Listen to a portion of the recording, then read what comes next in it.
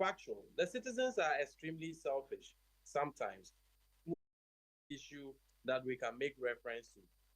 At some of them in media displaying gross ignorance in their utterances. You wonder sometimes if it's ignorance or it's just a mental issue because you ask somebody what's her assessment of government's performance. You point that she's completely disappointed, disoriented, things are going, but her mind is to both a particular political party, and she would never change her mind to go either.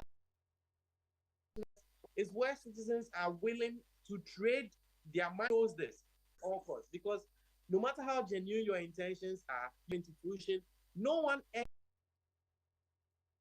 goes to determine what they do with their mandates on basis of my vote for this party.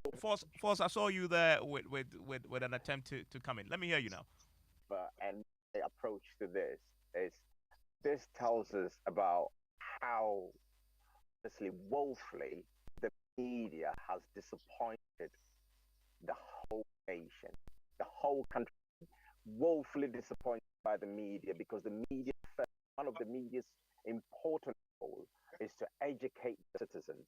It doesn't just boil onto the politicians to actually educate the citizens alone.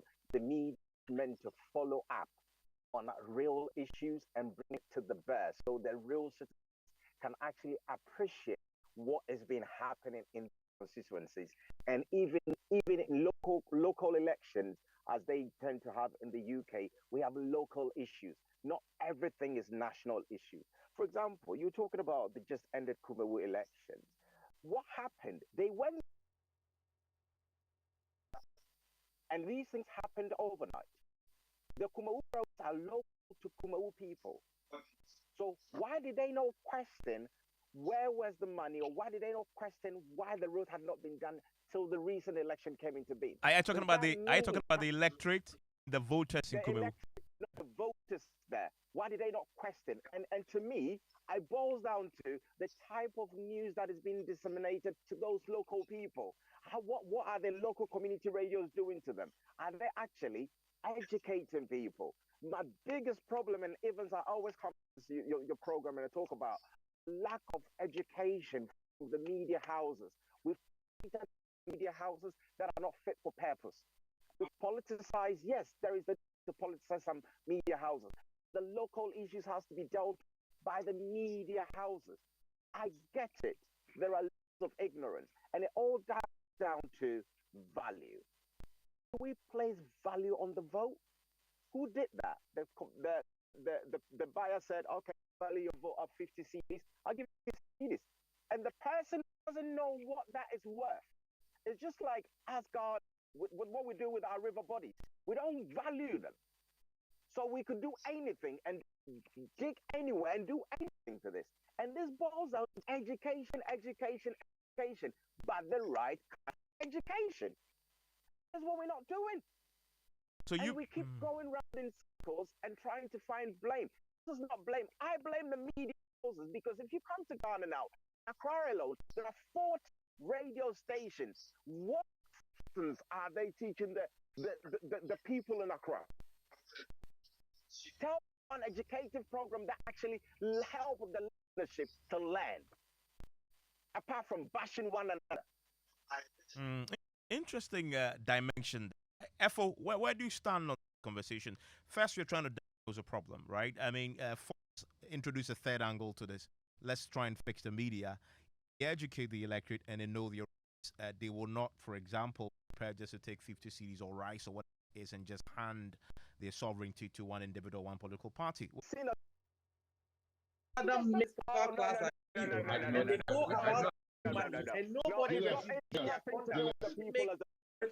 me ask you something.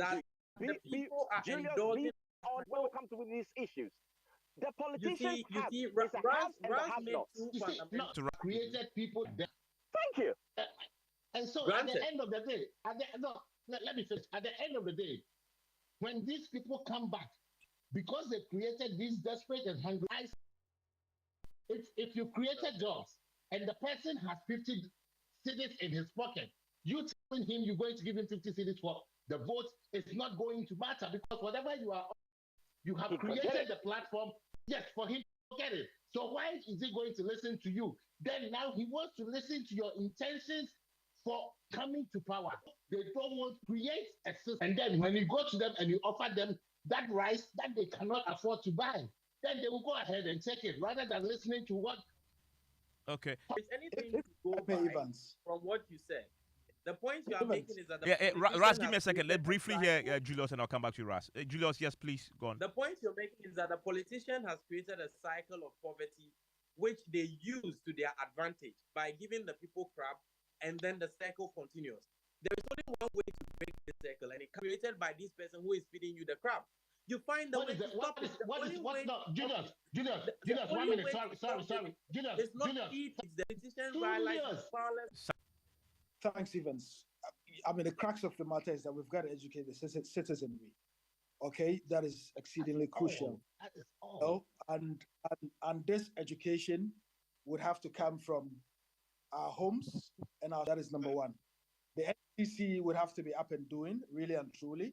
And obviously, the media has a huge role to play, informing and educating the public. So the sad reality is that it's a site. You can get this done through plays in the media, through drama, and it doesn't necessarily be a language. These actors and actresses drum home, the of having where people to sell their votes for as little as 50 cities. I call example in the last primary.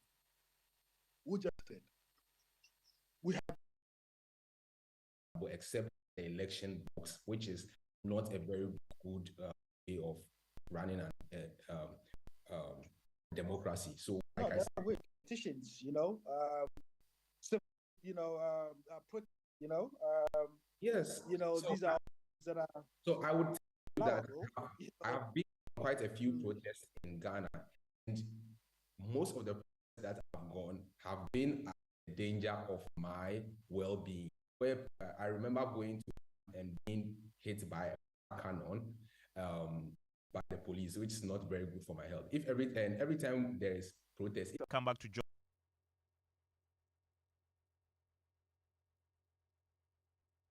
As an example point, turning to yes people who actually listen to politicians and not really put real questions to them. For example, if the minister, for example, Sola Braverman, our Home Secretary, had a speeding fine, and he called her to come and answer questions, and by law, she had to come and answer questions.